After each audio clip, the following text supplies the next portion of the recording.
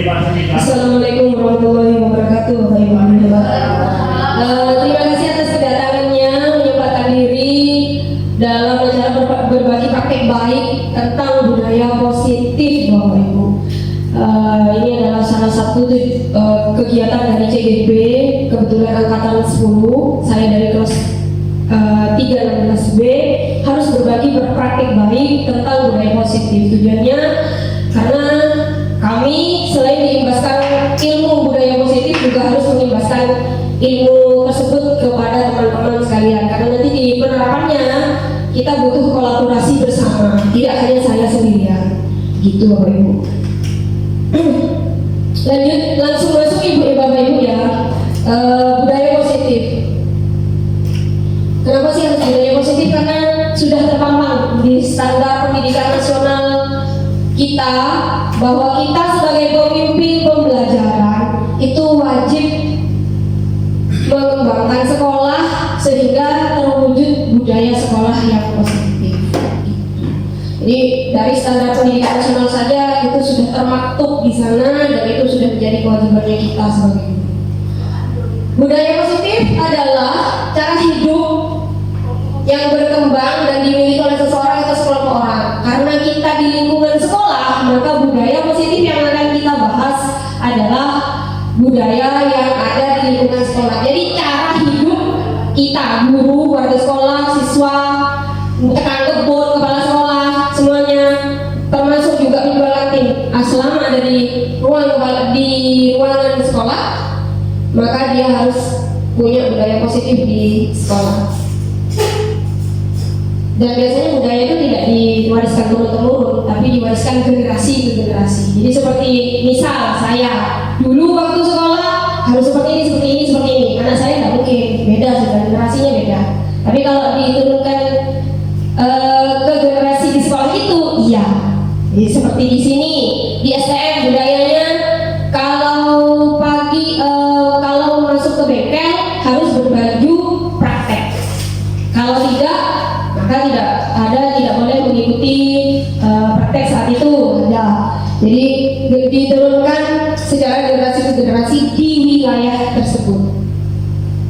Nanti Ibu, Bapak Ibu, kita akan bahas mulai dari perubahan paradigma belajar, disiplin, motivasi, kebutuhan, keyakinan, sampai ke segitiga restitusi. Nah, di sini kenapa kita butuh belajar perubahan paradigma? Karena pendidikan kita itu sebenarnya sejak Ki Hajar Dewantara itu harus berpihak kepada murid. Saya sendiri sebagai guru baru tahu sekarang bahwa ternyata kita selama ini salah konsep. Karena ternyata dari zamannya Pak Ki Hajar Dewantara yang sudah mencetuskan IB itu sudah jelas bahwa pendidikan itu harus berpihak kepada siswa. Jadi di sini ada paradigma belajar. Ini Ibu, Bapak Ibu. Jadi semua ini nanti kita akan bahas kupas satu-satu kenapa berkaitan sampai bisa menciptakan budaya positif. Satu, otomatis mindset dirubah dulu. Nanti setelah itu yang kedua, apa aja yang bisa kita lakukan. Setelah itu kalau misalnya terjadi penyimpangan, apa aja yang harus kita lakukan. Di situ akhirnya bisa tercipta budaya positif. Jadi di situ ada banyak Bapak Ibu. Disiplin, motivasi, kontrol, kebijakan, keyakinan, segitiga restitusi, kebutuhan dasar, dan segala macam. Dari Bapak Dokter William Glasser. Saya nggak kenal ini sama Bapak dokternya ini, tapi yang saya tahu Ki Hajar Dewantara dari fotonya, nggak kenal langsung. Perubahan paradigma belajar. Nah ini, misalnya ada kondisi Bapak Ibu. Misal ada sebuah keadaan, ada siswa yang kehilangan alat tulis di kelas. Ini biasanya kalau kita ya bujuk, ada ngencam, harde, ngerayu, ayo Cong, mana Cong? Terus atau mungkin tadi siapa yang di sini? Kamu kan pasti ada kayak gitu, langsung nuduh. Ada interogasi, ada nakut-nakuti. Ya kan selama ini kan kita seperti itu ya. Ternyata itu miskonsepsi, tidak boleh kayak gitu ternyata. Jadi, nah ini, nah ini. Nah di teori kontrol ini tadi dari si dokter biasa itu, si dokter biasa itu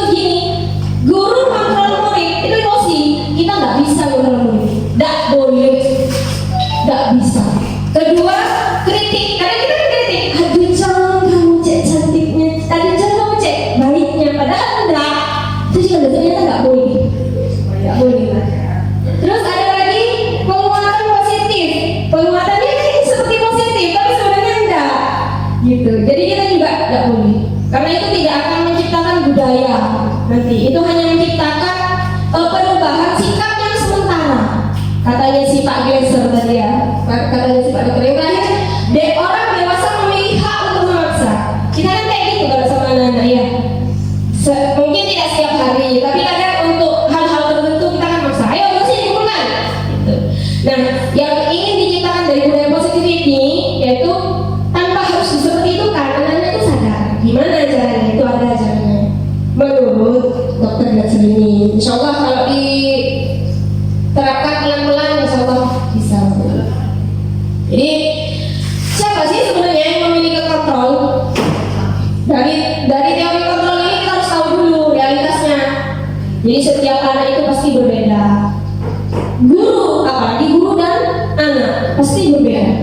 Nah, terus setelah itu kita sebagai guru harus paham dulu si anak ini gimana. Begitu. Semua perilaku pasti punya tujuan. Meskipun perilaku anak kita salah, itu pasti ada tujuannya. Sama tadi yang kehilangan alat tulis, kadang setelah diusut-usut, ternyata dia mengambil alat tulis karena balas dendam. Kemarin dia juga kehilangan alat tulis, kan seperti itu. Ada yang alat tulis juga bilang, karena saya enggak, ini Bu, enggak punya alat tulis, mau minjem enggak boleh Bu, akhirnya saya ngambil aja. Ada. Jadi semua tindakan anak itu pasti ada tujuannya. Jadi kita tidak serta-merta langsung menjudge ya, menghakimi gitu. Terus ada juga Anda tidak bisa mengontrol orang lain. Jadi guru pun tidak bisa mengontrol murid. Konsepnya seperti itu. Jadi di sini model berpikirnya bukan menang kalah. Jadi kalau misalnya ada kasus yang seperti tadi, kalau kita menemukan siapa pelakunya kita menang, dan yang ditemukan itu kalah, tidak. Tapi menang. Jadi kita menemukan pelakunya, si pelaku secara sadar menyadari kesalahannya dan juga mencari solusinya. Di seperti itu. Di sini ada disiplin positif. Bapak Ibu, mohon maaf, yang dimaksud dengan disiplin positif di sini bukan disiplin yang seperti kita tahu. Jadi yang mengharuskan seseorang untuk patuh, bukan. Yang dibahas adalah belajar secara positif. Jadi kalau ada istilah nanti, ayo harus terapkan disiplin positif, bukan berarti harus patuh ke gurunya, patuh peraturan, bukan. Tapi belajar.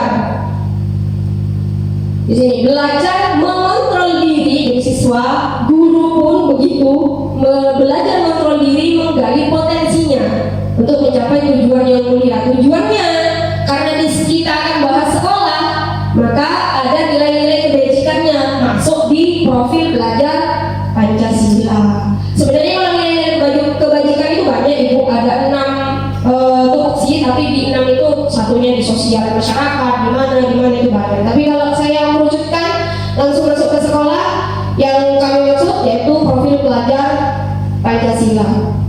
Salah satunya yaitu beriman bertakwa kepada Tuhan Yang Maha Esa, berakhlak mulia, mandiri, bernalar kritis, berkebinekaan global, bergotong royong, dan juga kreatif. Paling tidak lulusannya kita akan seperti ini. Paling tidak, tapi bukan berarti mereka harus seperti ini, pasti lulus akan seperti ini, tidak. Karena yang menentukan keberhasilan bukan guru, tetap Tuhan Yang Maha Esa. Kita hanya berusaha. Jadi sebelum masuk ke budaya, Bapak Ibu, setiap kita manusia, anak dan guru itu punya motivasi dalam dirinya. Motivasi ini terbagi jadi dua, motivasi eksternal dan motivasi internal. Motivasi internal berarti berasal dari dirinya sendiri, sedangkan motivasi eksternal karena yang lain. Misal, kenapa kamu gak sekolah, Cong? Tapi teman-temanmu kok gak sekolah? Saya kalau gak sekolah dari kasih sanggup. Nah, itu motivasi eksternal. Tapi kalau misalnya, kenapa kamu gak sekolah, yang lain kok gak sekolah? Iya Bu, saya sekolah soalnya mau mengerjakan ini, mengerjakan itu. Atau karena gak enak Bu di rumah. Nah, itu motivasi internal. Itu yang mau kita tingkatkan dari budaya positif. Jadi di sini. Jadi motivasi. Kenapa sih? Apa sih kaitannya disiplin itu dengan motivasi? Dengan disiplin bisa menanamkan motivasi internal, sehingga bisa menghargai diri sendiri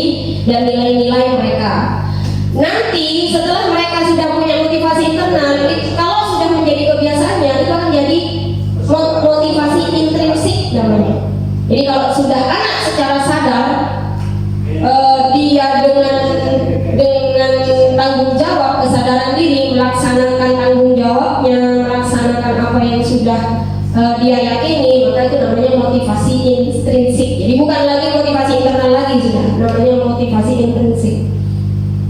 Nah, ini Bapak Ibu, nanti kita akan dari motivasi ini akan terlink lagi ke hukuman, penghargaan di sini maksudnya hadiah, dan nanti juga restitusi. Hubungan dan konsekuensi. Monggo Bapak Ibu, yang A. Ini sudah biasa terjadi di sini. Lari, siswa disuruh lari mengelilingi lapangan basket 2 kali karena terlambat hadir di sekolah. Terus yang kedua ada siswa menggantikan kertas tugas teman yang telah dicoret-coret karena dia sengaja mencoret, jadi mengganti kertasnya. Yang C, berdiri di luar dengan 1 kaki diangkat karena mengganggu teman-teman yang belajar di kelas. Terakhir, mengepel lantai kelas yang dibuat basah saat pelajaran berlangsung. Menurut Bapak Ibu, yang hukuman yang mana? A dan C. Berarti yang konsekuensi B sama D. Kenapa? Bu Tuti, monggo. Kenapa bisa jadi hukuman? Hukuman itu mendadak, sifatnya mendadak, dan itu pas waktu itu juga. Ya, karena hukuman itu katanya mendadak. Ada lagi, kalau konsekuensi, kenapa? Jadi konsekuensi. Wali biasanya ini selalu ya. Wali hukuman apa konsekuensi yang paling banyak Wali? Hukuman ya, karena memang tradisi ya. Ya. Jadi begini Bapak Ibu, kalau hukuman memang apa yang kita kasih ke mereka itu tidak ada hubungannya sama kesalahan mereka. Ciri-cirinya itu satu. Yang kedua, tidak menimbulkan efek jera yang bertahan lama. Jadi kalau misalnya ya, Bu Ani kasih hukuman lari, nanti kalau nggak ada Bu Ani, nggak akan lari. Jadi mereka ulang lagi seperti itu. Jadi tetap ada ruang baru sekolah. Yang kedua itu menggantikan kertas tugas teman yang telah dicoret-coret, itu bentuk konsekuensi karena dia sudah merusak orang lain, otomatis harus diganti. Bukan hukuman. Jadi related, jadi berhubungan dengan kesalahannya. Kalau yang C juga sama, karena mengganggu temannya belajar di kelas, berdiri di luar dengan 1 kaki, ini tidak ada tujuannya, itu nggak hukuman. Sama dengan yang D biasanya ya. Lanjut ke penghargaan dan apresiasi. Penghargaan di sini dimaksud berupa hadiah atau imbalan. Misal, yang memerlukan duluan boleh pulang, itu hadiah. Jadi itu hadiah, itu imbalan. Itu tidak boleh. Harusnya apresiasi yang dimaksud. Tapi memang untuk menuju apresiasi, kadang kita melatih mereka dengan penghargaan dulu. Yang bisa jawab ini dapat gorengan, itu. Jadi ada hubungan dengan penghargaan, ada konsekuensi dengan apresiasi. Jadi kalau dalam memberikan apresiasi, ini biasa yang sering diberikan ini oleh teman-teman guru itu biasanya. Kalau sudah mentok atau lagi tidak baik, siswanya itu biasanya mereka memberi pengakuan, kamu baik ya, tapi tidak boleh kayak gitu. Biasanya seperti itu ya. Itu namanya apresiasi Bapak Ibu. Jadi harus diberikan secara khusus, secara pribadi, berkelanjutan, dan semua anak harus dapat. Jadi tidak hanya orang-orang itu saja. Jadi tidak boleh kalau misalnya kita itu ini loh lihat temannya, kamu seperti ini, itu bukan apresiasi lagi sudah. Itu namanya sudah masuk ke penghargaan. Gitu. Terus kamu salah, dihukum di depan. Nah itu namanya sudah bukan konsekuensi, tapi hukuman. Balik tadi, jadi ada 4 ini. Nah ini motivasi vs hukuman, penghargaan dan apresiasi. Begini, ada kondisi guru datang tepat waktu ke sekolah agar atasan Anda menyebut Anda sebagai guru teladan. Ini motivasinya eksternal atau internal? Kalau dari bahasan eksternal, karena pengen disebut guru teladan. Ya, jadi itu kenapa? Karena ada penghargaan. Jadi motivasinya dari luar. Kalau yang kedua, siswa datang tepat waktu ke sekolah agar tidak dihukum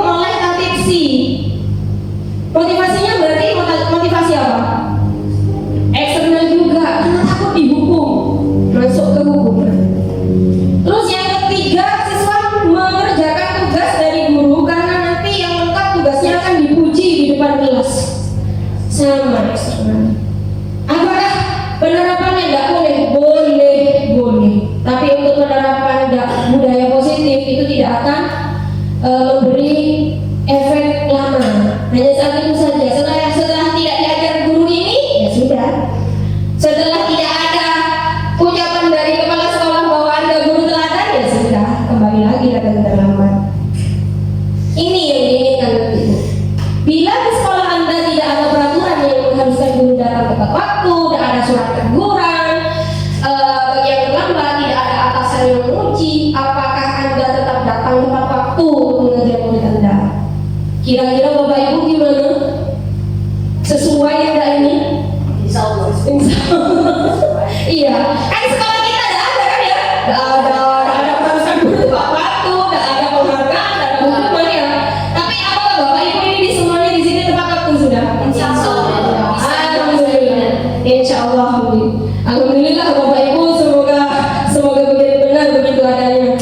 Nah, itu gurunya. Ya.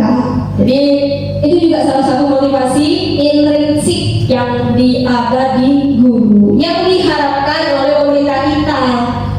Terus yang siswanya datang tepat waktu, mengerjakan semua tugasnya dengan kesadaran diri dan dengan betul tanggung jawabnya. Insya Allah saya yakin semua guru yang ada di sini setuju. Ada yang tidak setuju? Untuk yang paling bawah, nanti kalau misalnya siswanya datang tepat waktu, mengerjakan tugas, tidak ikut-ikut, senang pasti ya. Setuju. Saya banget. Bu Yuni banget ya. Siswa ini ibu siswa, bukan guru. Kalau gurunya yang atas. Saya siswa saya. Oh iya, siswa jadi. Iya, untuk yang 6, iya, insya Allah ya. Kita memang punya siswa yang seperti itu. Nah, ini kebutuhan dasar manusia. Kenapa kita harus tahu kebutuhan dasar manusia? Karena anak-anak didik kita juga manusia, Bapak Ibu. Setiap kali ada penyimpangan dari nilai kebajikan yang kita inginkan, tadi kan budaya ya, budaya itu berisi nilai kebajikan. Itu pasti ada salah satu dari ini yang tidak mereka terima. Satu misalnya kebutuhan bertahan hidup, 2 cinta rasa kasih sayang, kebebasan, kesenangan, dan penguasaan. Saya yakin kalau misalnya kita telaah siswa-siswa kita yang bermasalah, itu pasti ada di antara 5 ini yang tidak terpenuhi. Jadi kalau misalnya UBK, ini insya Allah sudah pernah menangani anak-anak ke BK ya? Belum? Atau di kelas? Di kelas, di sering ya? Gila banget. Jadi kelima ini kalau tidak terpenuhi, anak itu pasti bermasalah. Ya, dan itu tidak kadang insidental. Jadi misalnya kesenangan, misalnya kesenangan dia di rumah lagi bosan atau apa, tiba-tiba nyampe ke sekolah mengganggu temannya, berarti dia sudah ada kebutuhan dasar hidup yang tidak terpenuhi. Makanya nanti tidak boleh ada hukuman, karena kita harus telah dulu dari mana kebutuhan dasar si siswa ini yang tidak terpenuhi. Kadang juga karena kebebasan, terlalu diberi kebebasan sama orang tuanya, akhirnya di sekolah juga merasa sebebas-bebasnya dan seperti ini. Nah, ini yang kelas yang kita nanti lakukan di kelas dan wajib dan agar bisa dibiasakan itu yaitu keyakinan kelas. Mengapa tidak peraturan? Karena peraturan itu sudah urusannya sekolah, Bapak Ibu. Dari peraturan ini bagaimana kita terapinnya ke kelas nanti, namanya keyakinan kelas. Nanti akan saya perlihatkan apa sih bedanya sama kesepakatan. Kan selama ini yang kita kerjakan kesepakatan kelas ya. Iya. Baik sebagai wali kelas, baik sebagai guru, kamu tidak boleh seperti ini. Tugas kamu harus seperti ini, harus 5 baru masuk ke ibu tuntas. Nah, itu kesepakatan. Peraturannya kan kalau di sekolah kan peraturannya adalah mengumpulkan tugas kepada guru. Kesepakatannya kalau dari 7 tugas mengumpulkan 5 sudah tuntas.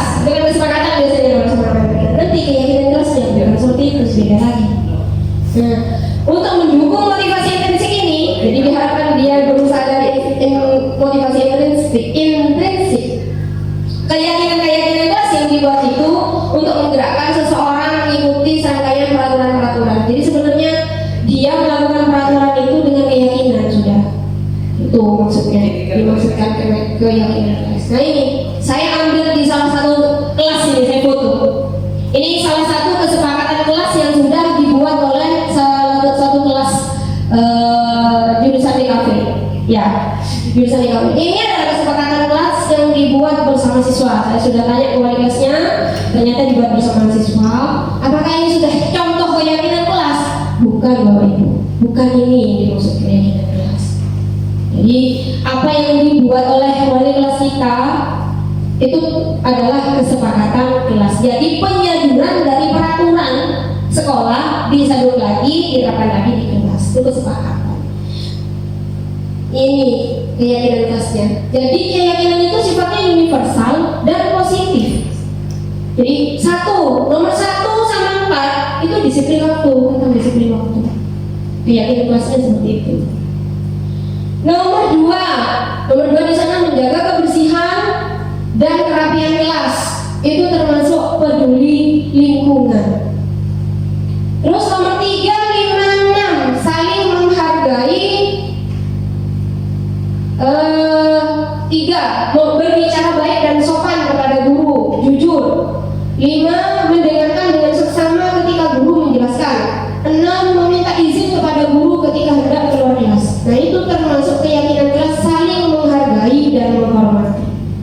Jadi yang kita harus tanamkan ke mereka adalah ada nilai-nilai yang dijadikan keyakinan kelas. Penerapannya di kesepakatan kayak apa? Dia harus disiplin waktu, tugasnya harus tepat, harus ini, harus itu. Terus peduli lingkungan, harus bersih, jaga piket, melaksanakan piket, itu termasuk peduli lingkungan. Yang terakhir saling menghargai dan menghormati. Berbicara sopan, tak berani ke gurunya, izin, tidak boleh bercanda pada saat proses pembelajaran, itu termasuk yang saling menghargai dan menghormati. Itu yang belum kita terapkan keyakinan kelas. Yang belum. Kalau sudah kesepakatan kelas, insya Allah semua kelas kayaknya sudah dan hampir semua guru sudah melaksanakan. Kenapa sih perlu keyakinan kelas? Nanti di sini Bapak Ibu. Kalau sudah punya keyakinan kelas itu kan pasti ada anak yang akan melanggar atau satu misalnya tidak disiplin, tidak mengumpulkan tugas, berarti sudah tidak disiplin waktunya. Misalnya mereka buang sampah sembarangan, berarti mereka sudah tidak peduli sama lingkungan. Misalnya mereka berbicara kotor sama temennya, sama gurunya juga tidak sopan, misalnya nantang. Nah itu juga berarti mereka sudah tidak saling menghargai dan menghormati. Di sini peran kita sebagai guru. 5 posisi kontrol guru nanti. Kalau sudah ada penyimpangan yang seperti itu, biasanya kita itu mengambil peran 1 hukum. Kalau hukum rata-rata insya Allah sudah pernah semua ya Bapak Ibu. Kalau hukum ya. Iya. Karena saya juga sama. Mungkin hanya beda istilah saja dulunya nggak tahu. Terus yang kedua membuat orang bersalah, ketiga teman, 4 pemantau, 5 manajer. Ini hukum. Ini misalnya anak ini salah. Kamu sana, keluar. Terus ikut belajar ibu. Itu hukum. Membuat orang merasa bersalah, nggak dikerjakan tugasnya. Kamu ini gimana? Masa ibu nih mau ngomong apa ke wali kelas? Nah itu membuat rasa bersalah. Anak-anak jadi merasa bersalah. Tak boleh kayak gitu, nanti pas ibu ditegur sama wali kelasnya kalau kamu nggak kerjakan, kayaknya seperti itu. Terus sebagai teman, oke boleh kamu nggak kerjakan, nggak apa-apa, malah dengan bercanda itu namanya sebagai teman. Tapi kalau sebagai teman tahu, ayo ingat, ini ada peraturannya. Kalau kamu nggak kerjakan tugas gimana? Nah kalau sebagai pemantau kita itu seperti tidak ingin terlibat gitu, lebih kepada mengarahkan mereka bahwa mereka salah secara peraturan. Yang terakhir itu sebagai manajer. Nah di sini Bapak Ibu, kita itu diharap sebagai manajer. Yang namanya manajer harus melaksanakan segitiga restitusi. Insya Allah hampir dari sebagian kita sudah melaksanakan segitiga restitusi meskipun tidak tahu istilahnya. Terutama yang sudah sering keluar masuk kolaborasi dengan guru BK. Setiap tahunnya itu kita sebenarnya sudah segitiga restitusi. Tapi bukan berarti Bapak Ibu tidak bisa melakukan segitiga restitusi sendiri. Tidak bisa. melaksanakan segitiga restitusi sendiri. Satu, dengan menstabilkan identitas. Dua, validasi kebutuhan. Tiga, menanyakan keyakinan. Di sini fungsinya keyakinan kelas, Bapak Ibu. Kalau kita mau melaksanakan segitiga restitusi, kita harus sudah yakin bahwa si anak ini sudah tahu bahwa dia salahnya di mana. Baru. Kenapa harus ada keyakinan kelas? Fungsinya di sini ini nanti. Jadi segitiga restitusi itu jalan kalau mereka sudah punya keyakinan. Kalau nggak punya keyakinan ya mereka bingung. Mana bu maksudnya? Bu mana gitu. Ini nomor satu, menstabilkan identitas. Kita nggak boleh nyalahkan. Misal seperti tadi bilang oleh tulisnya, kamu salah itu, kamu nyuri itu namanya, dasar nyuri. Nggak boleh. Kita tanyain dulu. Gak apa-apa dong ngambil. Cuman ibu pengen tahu alasannya. Tahu semua orang pernah melakukan kesalahan itu alasannya apa? Itu sudah masuk hubungan. Nanti ketiga, disadarkan mereka. Berarti kamu itu sudah mencuri barang milik orang lain. Berarti sudah tidak menghargai orang lain. Dan situ nanti segitiga restitusi ini mengharapkan siswa yang bersalah menyadari kesalahannya dan mencari solusinya sendiri. Nah itu. Jadi perkataan, pernyataan, arahan dari guru bisa mengarahkan siswa itu sadar, merasa bersalah, meminta maaf, dan memberikan solusi sendiri. Itu segitiga restitusi. Nanti kan bagus ya kalau misalnya semua siswa kita bisa seperti itu ya. Nah, makanya nanti dimulai dengan keyakinan kelas dulu, Bapak Ibu. Jadi kalau misalnya sudah keyakinan kelasnya sudah mantap, dan jangan lupa keyakinan kelas itu dibuat dari peraturan, disadur dulu jadi kesepakatan, dari kesepakatan baru jadi keyakinan, baru kita bisa terapkan segitiga restitusi. Nah, restitusi sendiri, kenapa saya bedakan dengan hukuman, penghargaan, dengan apresiasi, dengan konsekuensi? Karena restitusi itu belajar dari kesalahan, memperbaiki, bukan paksaan, menuntut dari diri sendiri, terus mencari kebutuhan dasar yang mendasari tindakan, jadi mereka pasti punya alasan. Terus yang keenam, restitusi diri, fokus pada karakter bukan tindakan. Jadi karakternya, jadi tindakannya mencuri, berarti karakternya tidak sopan, tidak menghargai orang lain gitu. Restitusi mengembalikan murid yang berbuat salah kepada kelompoknya. Jadi maksudnya bukan kepada kelompok yang nakal-nakal ya, tidak, dikembalikan lagi karena anak-anak rata-rata itu berbuat kesalahan, pasti ada sebabnya. Jadi dikembalikan lagi ke yang baik-baik lagi gitu, Bapak Ibu. Nah, ini salah satu segitiga restitusi yang sudah saya lakukan. Insyaallah ini kenal ini Bapak Ibu. Oh, untuk beberapa ini mulai dari CF, CN dan CR sudah mencoba meskipun agak susah, tapi insya Allah kalau kita berkolaborasi, insya Allah segitiga restitusi itu tercapai. Kalau hanya satu guru Bapak Ibu itu tidak sanggup. Tapi kalau bareng-bareng semuanya seperti ini, insya Allah budaya positif di sekolah kita bisa tercapai. Nih, saya pernah merestitusi anak saya menyembunyikan HP. Dia menyembunyikan HP. Ada di sini menyembunyikan HP di kelas saya dan tidak mengaku sampai di setengah jam. Padahal di telepon itu berbunyi, tapi nggak tahu ada di mana, ternyata ada di kaos kakinya. Setelah saya urus dan segala macam saya tanyakan, dia merasa nggak bersalah awalnya karena ternyata HP-nya juga awalnya sembunyikan juga sama temennya ternyata. Tapi setelah saya tanya diulangi lagi atau tidak, insya Allah tidak. Ini aslinya video ya Bapak Ibu, cuman kami di PDF tidak tampil.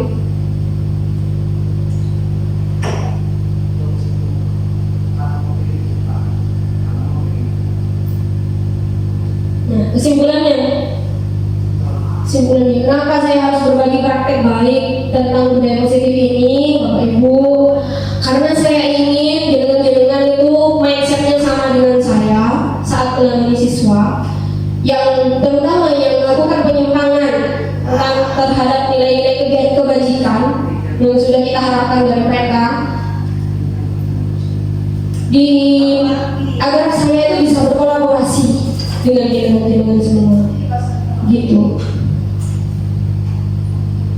Nah, ini kalau ada saran dan pertanyaan silahkan disampaikan. Terima kasih atas waktunya. Ya. Monggo Bapak Ibu. Iya, monggo Ibu dari Ibu Ani. Saya masih belum paham ya Bu tentang bedanya kesepakatan kelas sama keyakinan kelas. Jadi yang minta tolong dijelaskan karena masih belum nyantol. Ya. Monggo, ada pertanyaan lain Bapak Ibu. Tadi pertanyaannya adalah kesepakatan kelas dan keyakinan kelas.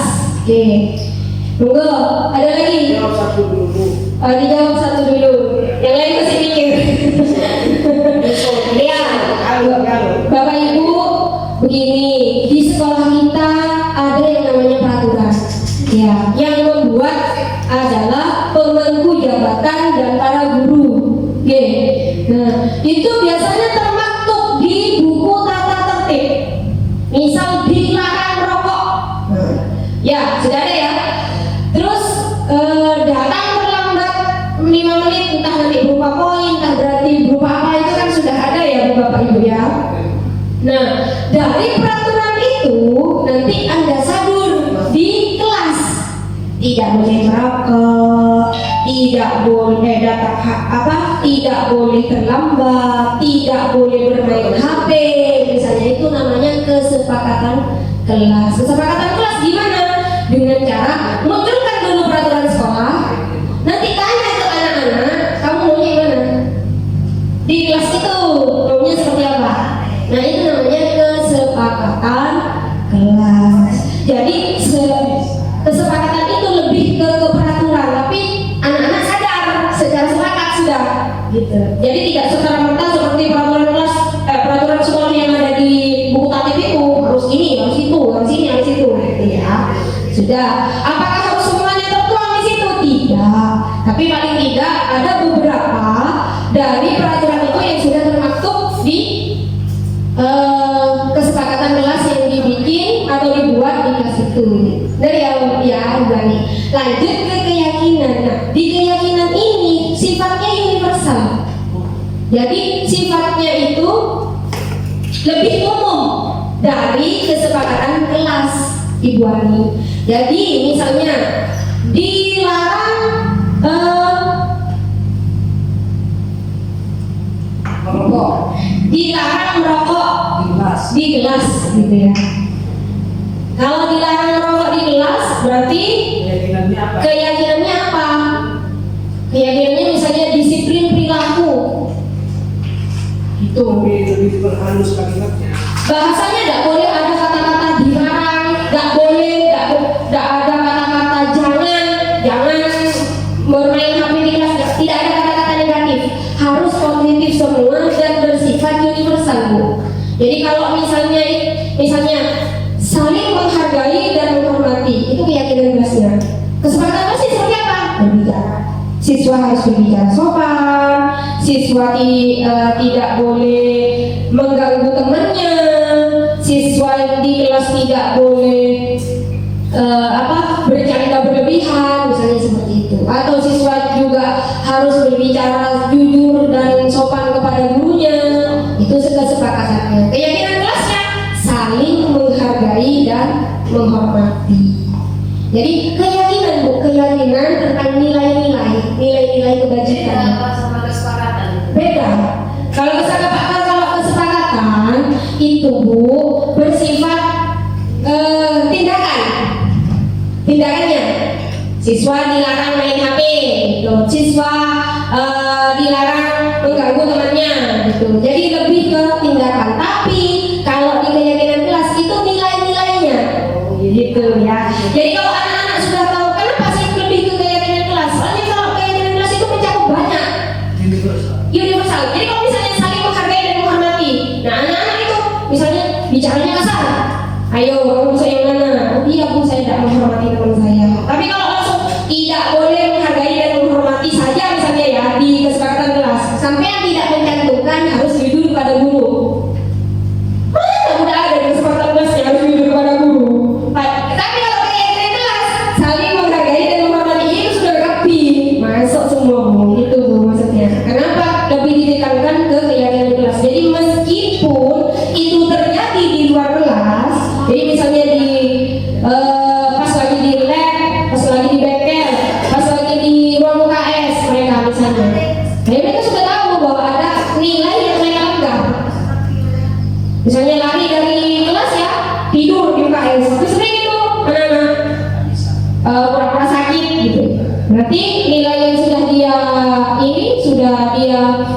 Berarti ini juga langgar itu misalnya jujur gitu.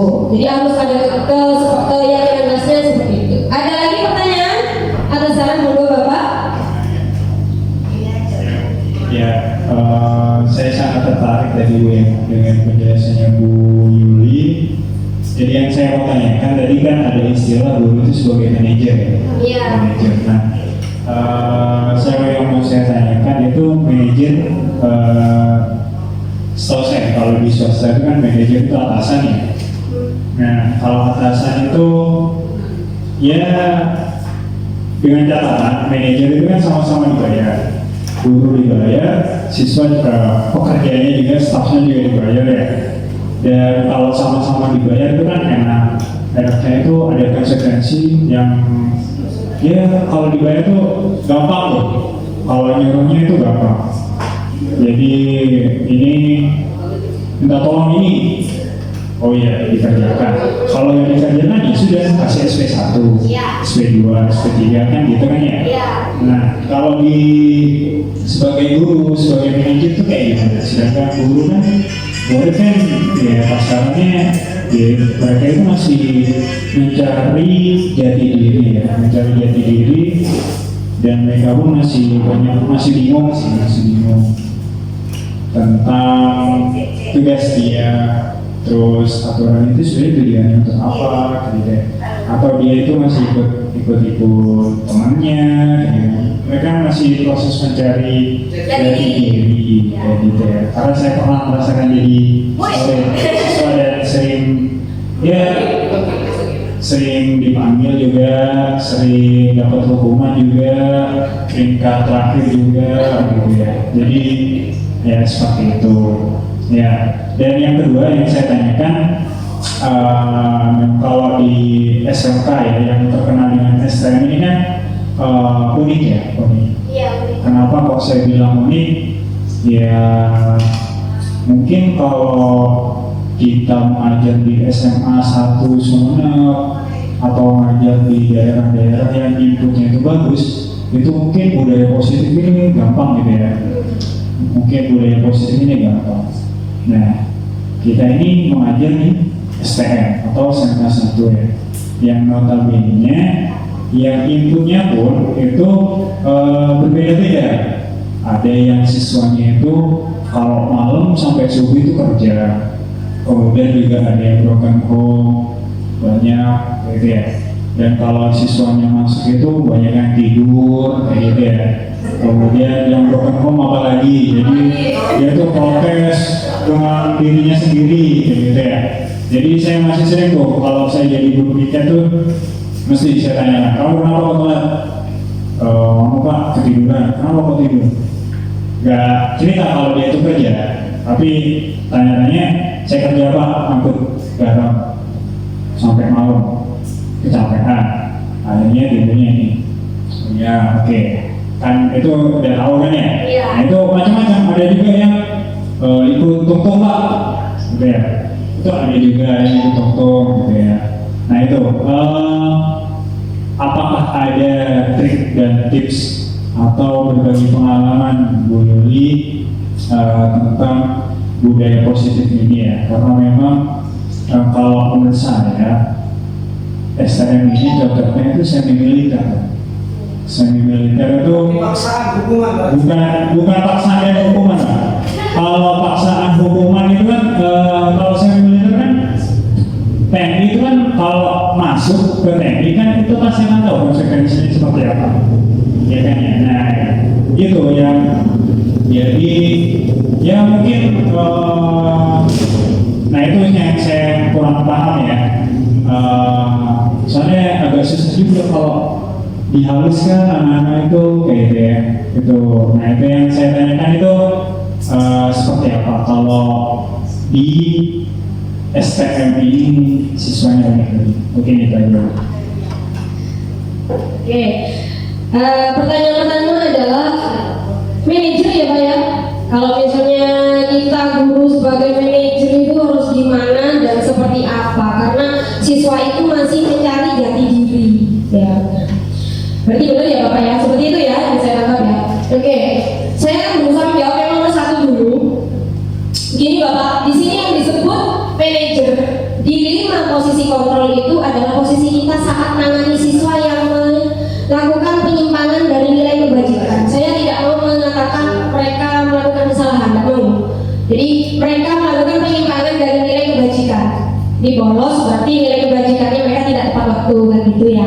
Jadi tidak disiplin waktu gitu. Jadi manajer di sini gurunya itu mengarahkan, hanya mengarahkan Pak. Dari pertanyaan, dari perkataan, dari pernyataan kita itu mengarahkan siswa itu kemana? Pasti ngeyel dulu awalnya, biasa itu sudah Bapak. Jadi misal kamu kenapa melakukan ini? Itu kan salah satu pertanyaan kita kan otomatis ya. Dan itu juga salah satu bagian dari segitiga restitusi. Itu mestinya ya, bu, itu bu, apa alasannya banyak. Tapi kita mesti punya trik. Sebagai guru itu sudah punya trik. Ditanya seperti itu tidak mau, pasti kita gini. Ya tidak apa-apa. Disuruh memang harus seperti itu, tidak apa-apa kamu salah. Cuma ibu ingin tahu, tidak akan dihukum. Kalau sudah ada bahasa seperti itu, tidak akan dihukum. Pasti mereka jujur itu. Nah itu yang diharapkan dari pelaksanaan segitiga restitusi itu, kejujurannya mereka dulu. Jadi karena kenapa? Kalau mereka jujur, mereka pasti ngakui kesalahannya. Di situ Pak Andre ya. Jadi posisi manajernya seperti itu. Jadi tidak serta merta langsung benar salah ya seperti ini. Tidak. Jadi dari pertanyaan, dari arahan itu mereka akhirnya jujur dulu. Setelah jujur, ya ayo gimana harusnya penyelesaiannya.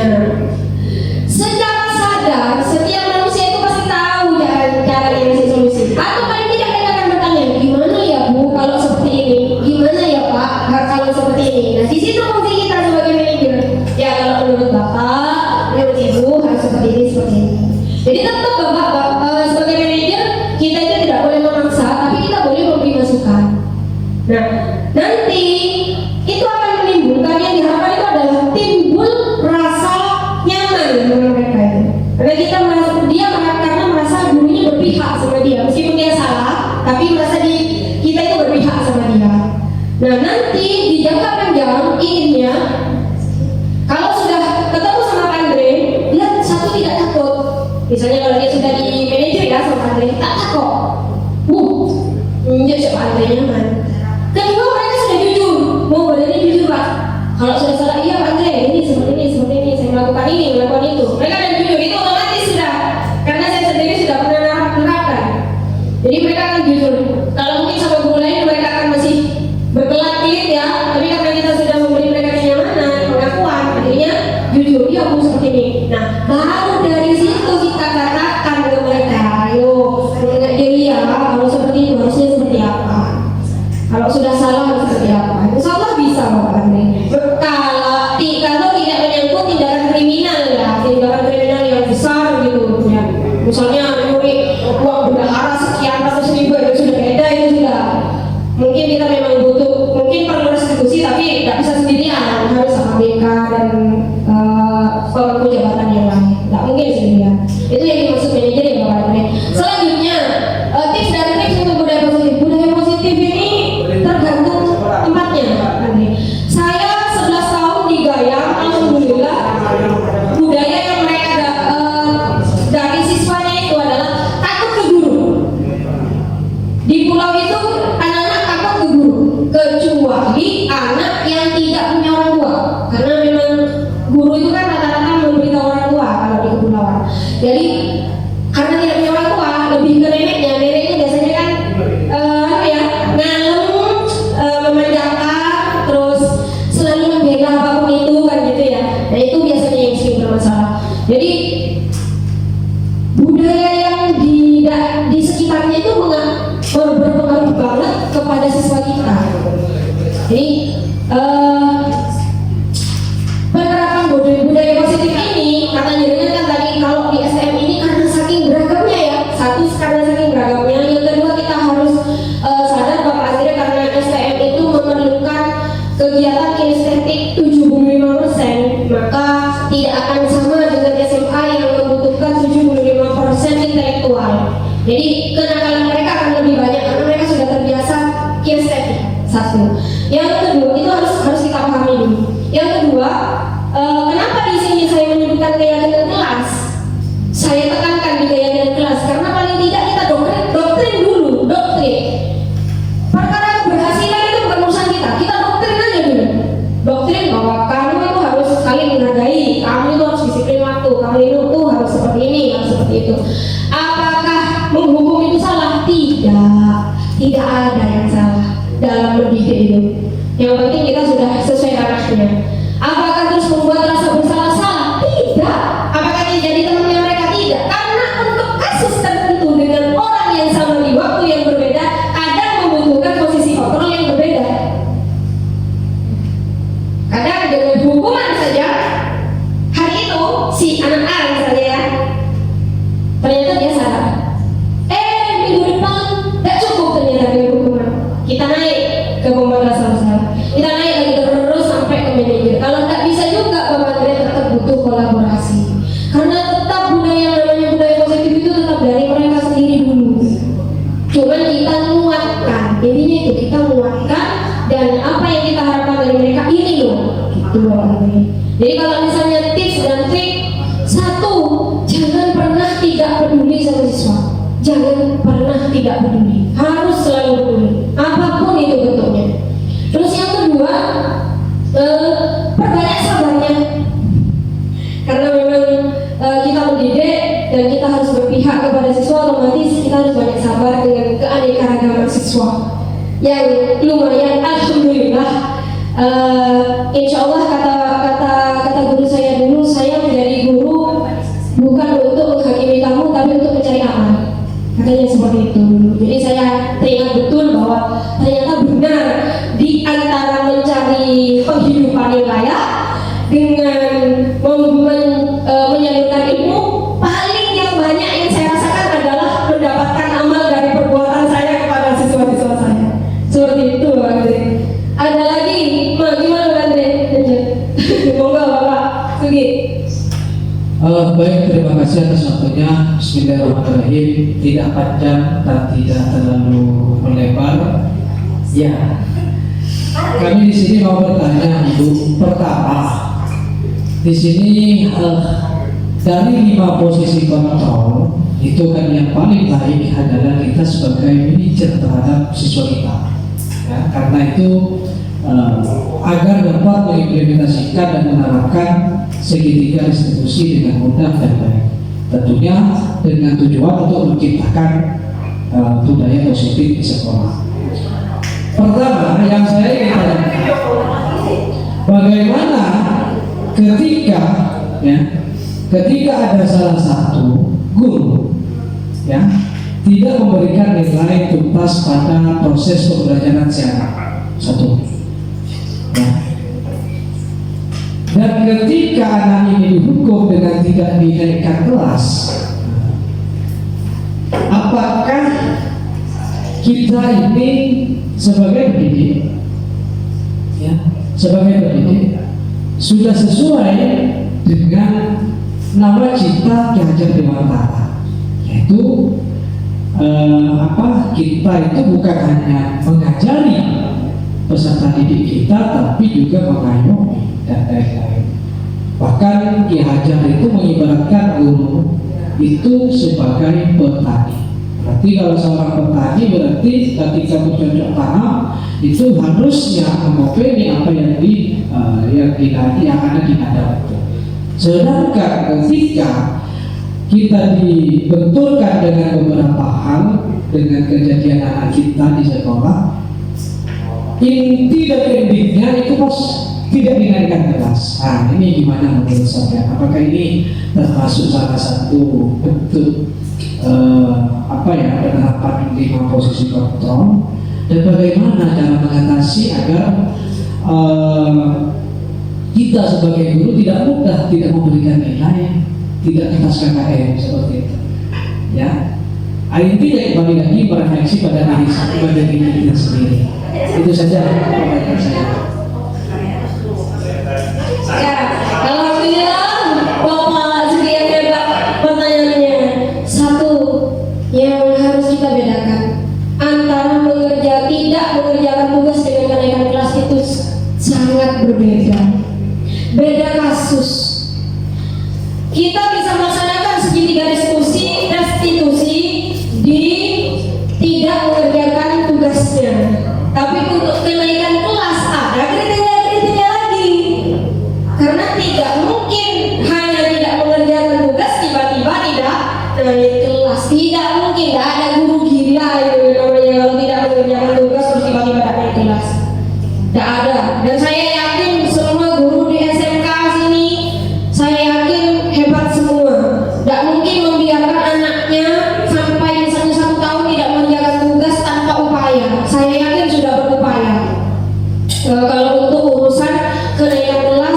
rasa tidak sama dengan restitusi tentang tidak mengerjakan tugas. Jika tidak mengerjakan tugas, berarti baru bisa direstitusi. Restitusinya seperti apa? Ditanyakan dulu salahnya apa. Tidak mampu sendirian, silahkan guide wali kelas. Tidak mampu sendirian, silahkan guide BK. Di situ saya makanya menitik beratkan kolaborasi. Nah, untuk tugas. Jadi yang pasti dengan tidak menuntaskan itu salah satu bentuk kepedulian. Saya tidak pernah bilang ke guru atau siswa, kalau kamu tidak mengerjakan tugas kamu tuntas. Tidak ada aturan itu. Karena kalau kamu main air pasti basah, kalau kamu main api pasti terbakar. Jadi kalau kamu tidak mengerjakan tugas, konsekuensinya bukan hukumannya, konsekuensinya nilaimu tidak tuntas. Nah, kalau nilaimu tidak tuntas banyak dan masuk ke PTN tidak naik, bisa-bisa tidak naik. Dan ditunjang dengan kejadian-kejadian yang lain. Nah, itu akan tidak naik. Jadi tidak ada ceritanya saya kira kenaikan kelas itu karena tidak ada segitiga restitusi. Tidak, sudah ada mungkin segitiga restitusi yang sudah diterapkan mungkin, tapi tidak mampu menghadapi si anak karena memang kembali tadi ada motivasi, ada kebutuhan dasar. Berarti kita masih belum tahu kebutuhan dasar yang tidak terpenuhi olehnya itu apa, nggak tahu kita. Berarti kalau itu tidak tercapai, berarti kita udah pasti sudah tidak tahu. Kalau tahu itu pasti ketahuan itu solusinya. Pasti misalnya dimanjakan sama orang tua, kita bisa memanjakan sedikit lah. Karena kadang minta alum, ada anak yang ingin kerjakan tugas minta alum dulu, ada anak yang ingin mengerjakan tugas dengan sedikit ditekan, diberi paksaan. Aku minta mau langsung, ibu tidak mau menerima. Kadang seperti itu. Itu salah satu upaya. Upayanya boleh bermacam-macam, tidak jadi masalah. Sedangkan nilai ketuntasan itu kan tergantung upaya si siswa. Kalau kita sudah berupaya, siswa tidak berupaya, ya silakan, itu hak prerogatif. Jadi saya kira tidak ada hubungannya antara tidak mengerjakan tugas dengan tidak naik kelas. Kalau dengan tidak tuntas mungkin ada, tapi itu memang hak prerogatif gurunya. Kalau sudah gurunya nyari, alhamdulillah di grup-grup WA ya bertebaran sudah kita saling mengingatkan sama anak-anak tugas yang belum mengumpulkan ini, atau bahkan ada yang di-expin, di foto daftar nilainya dikirim ke grup. Iya kan? Itu salah satu bentuk ekstrim sebenarnya. Di foto nilainya dimasukkan ke grup biar anak-anak tahu. Jadi di trigger atau gimana cara di trigger itu kayak dipantik siswa itu mau peduli atau tidak. Alhamdulillah mungkin dari 30 yang peduli ada 10, tapi kan itu sudah lumayan daripada tidak ada sama sekali. Monggo ada saran mungkin lagi atau pertanyaan yang lain Bapak Ibu?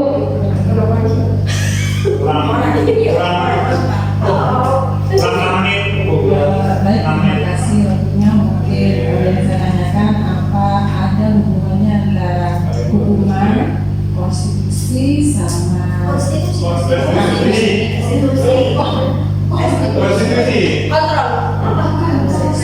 Konsekuensi.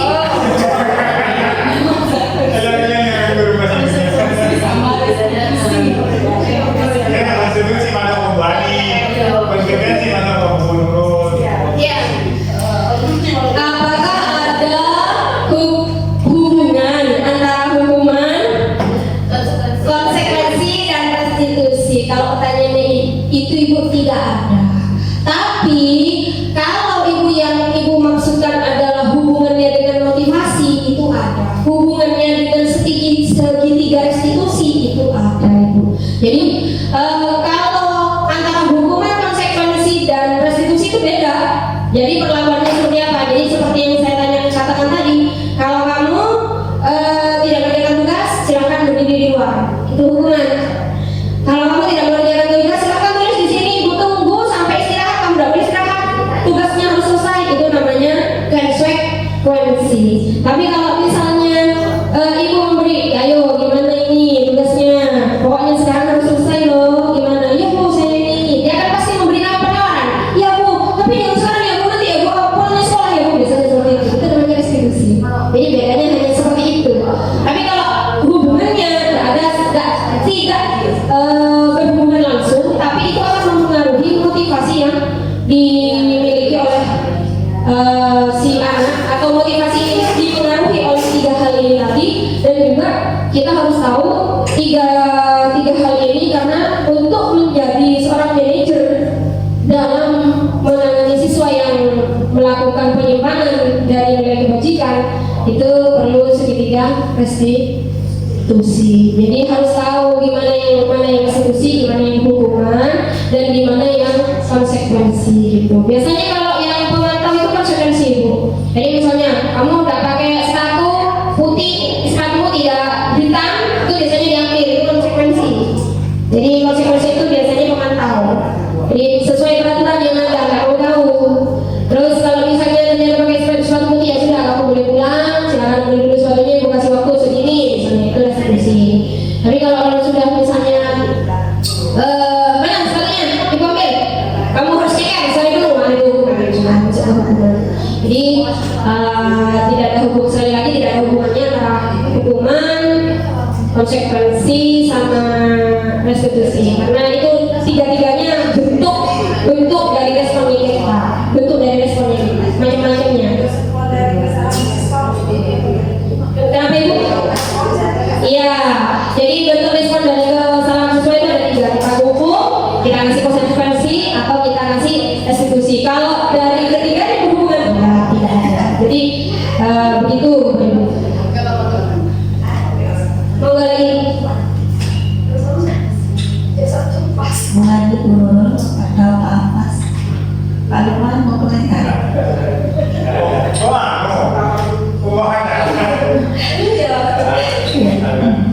Mau komentar? Iya. Assalamualaikum warahmatullahi wabarakatuh. Sebelumnya perkenalkan, saya Ibu Hatati. Iya.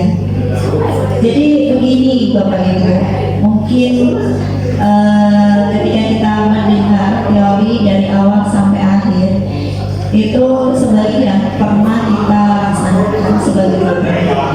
Jadi artinya untuk menjadi yang perfect gitu ya, memposisikan diri sebagai manajer, itu kelihatannya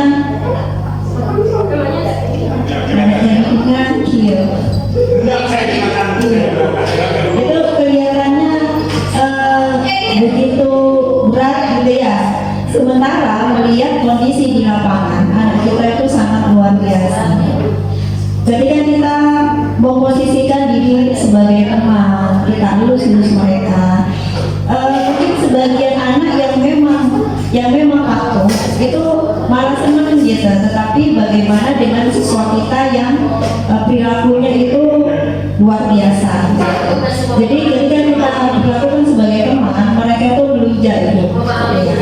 Nah, untuk menjadi sebagai memposisikan diri kita sebagai seorang manajer, menurut saya, ini saya tidak bertanya Ibu. Menurut saya ini saya curhat gitu ya. Jadi menurut saya itu kembali pada diri kita sendiri. Artinya untuk memposisikan diri kita sebagai guru dengan posisi manajer, itu kita harus kembali ke diri, mulai dari diri, introspeksi diri. Nah, kenapa? Agar kita setidaknya menjadi teladan anak-anak. Oke lah, teladan anak-anak terlebih menjadi teladan rekan sejawat. Oke lah, sekali itu tidak diikuti, 2 kali, 3 kali, sampai seterusnya mereka itu akan suka diri sendiri. Masalahnya sekarang kita itu mampu dan artinya sesuai dengan filosofi Ki Hajar Dewantoro bahwa tujuan pendidikan itu adalah menuntun kodrat anak, gitu ya, menuntun kodrat anak. Ya kita tahu siswa kita itu mempunyai kodrat masing-masing, mempunyai karakter yang unik yang mereka bawa sejak lahir. Nah, tugas kita sebagai guru itu menuntun mereka, ibarat padi, ya Bu Yuri ya, ibarat padi. Kita ini sebagai petani, tugas kita adalah menebalkan perilaku mereka, begitu. Kita bisa sabar enggak gitu? Artinya kita harus peduli, betul-betul peduli. kita kembali ke diri kita. Insya Allah kalau kita tuh sudah siap menjadi guru yang sebenarnya, menuntut anak yang sebenarnya, walaupun itu sangat berat, memang harus dibutuhkan yang kesabaran yang luar biasa. Kembali diri kita, kembali ke diri kita, kita introspeksi diri. Selama ini yang kita lakukan itu bagaimana kesiswaan, walaupun butuh pengorbanan ibu, butuh telaten, kemudian butuh kita tahu bahwa masalah hidup kita beraneka ragam ibu ya, apalagi ibu-ibu ini di rumah itu dengan saat pekerjaan, belum lagi masalah dengan tetangga, dengan keluarga. Mampu enggak ketika kita sudah di sekolah, kita membuang semuanya, kita fokus ke anak. Ini loh anak kita ini ibarat padi, kita sebagai petani, kita di sini tugasnya hanya itu menunggu kembangkan murid agar mereka itu bahagia, selamat sebagai seorang manusia secara pribadi, walaupun ataupun nanti sebagai masyarakat gitu, ketika terjun di masyarakat gitu Bu Yuli. Jadi intinya kembali ke kita harus intinya sabar tanpa batas, kata orang multimedia ini, not limited ya, unlimited, iya. Jadi kalau ada istilah sabar ada batasnya, kita khususnya seorang guru merubah itu sabar tiada batas, karena pahalanya luar biasa Bapak Ibu, pahalanya luar biasa. Nah, dari sekarang marilah kita meningkatkan kesabaran kita bersama-sama Bapak Ibu. Itu intinya itu saja Bapak Ibu. Intinya itu saja. Jadi mungkin kita sebagian besar di sini sudah pernah menerapkan posisi kontrol yang lima tadi, menghukum juga pernah, apalagi Bu Ani itu. Saya lihat kalau piket di depan itu ada anak Bu Ani. Apalagi saya lihat Bu Ani sebagai kasipsi ya, ketika melihat anak itu bersepatu loreng itu sudah ya, nampak itu asap kemana-mana, gigi tarik keluar gitu ya, buka gitu. Atau ketika datang itu Pak, cengar Pak, tarik di tempat gitu, sudah lari melihat lagi gitu. Jadi perlu kesabaran Bu Ani. Bukan berarti membiarkan anak itu dibiarkan, tidak, tetapi ada tahapan-tahapannya. Bu Ani Itu sudah bedanya itu. Sudah bedanya. Pertamanya sabar. Diulang-ulang. Yang seperti yang saya bilang tadi, kalau menurut istilah sabar itu ada batasnya, khusus kita sebagai guru, sabar itu tiada tanpa batas, karena pahalanya luar biasa Bapak Ibu. Jadi ketika asap sudah keluar, taring semuanya itu sudah muncul, itu ingatlah sudah menanti.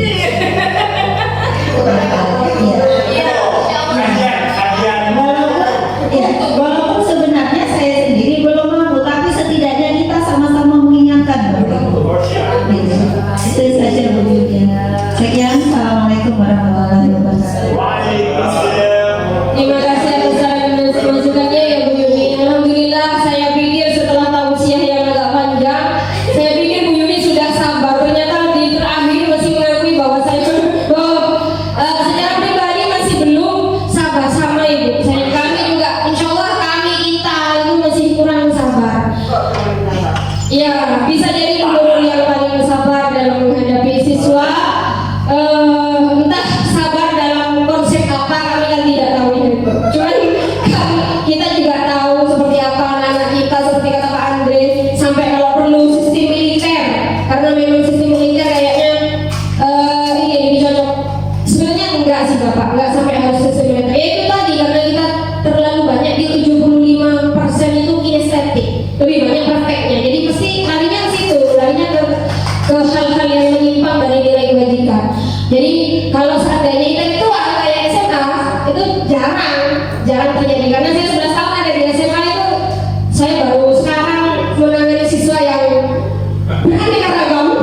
Tapi karena memang kalau di SMA itu dituntut intelektualnya, karena di ke kuliah, jadi mereka lebih sadar diri bahwa pendidikan itu penting. Sedangkan kalau di sini yang penting prakteknya bagus, yang lain tidak begitu penting menurut mereka. Itu kebanyakan seperti itu memang pemikirannya, karena mereka inginnya keluar saya bisa mempraktekkan ini, makanya efeknya jadinya seperti itu, lebih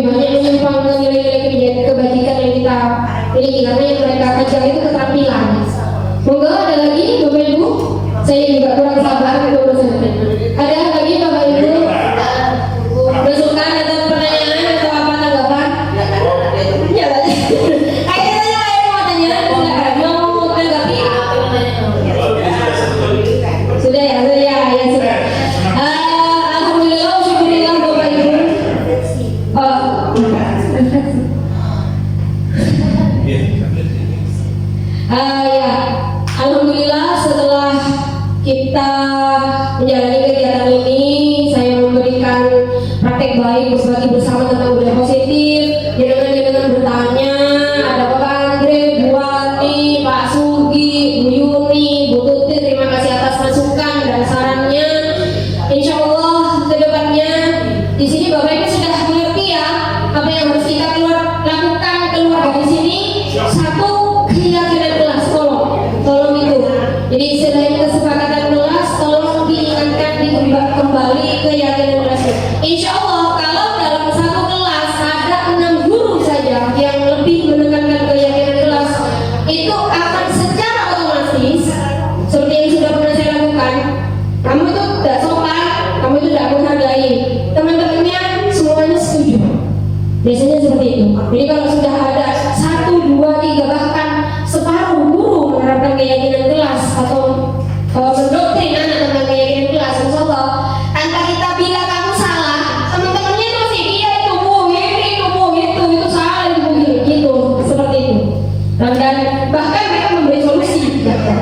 Kadang mereka juga memberi solusi. Jadi jangan lupa keyakinan kelasnya Bapak Ibu agar kita nanti tercapai budaya positifnya. Dan insya Allah semoga ini bermanfaat nanti. Terima kasih atas kehadirannya. Saya akhiri. Assalamualaikum warahmatullahi wabarakatuh.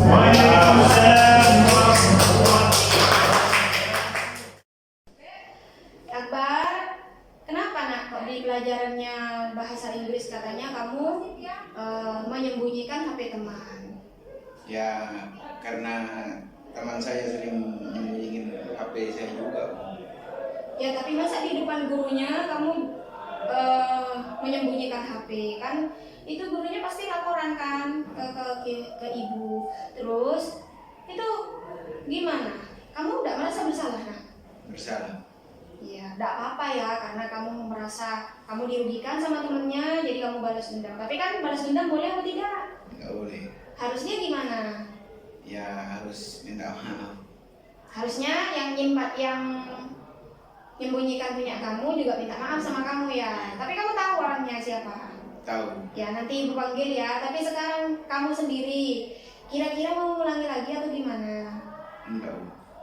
Ya, berarti kamu merasa tidak salah ya kemarin ya, karena sudah hanya balas saja ya. Tapi tidak boleh seperti itu, ya enggak ya? Terus secara inisiatifnya kamu sendiri gimana? Maksudnya?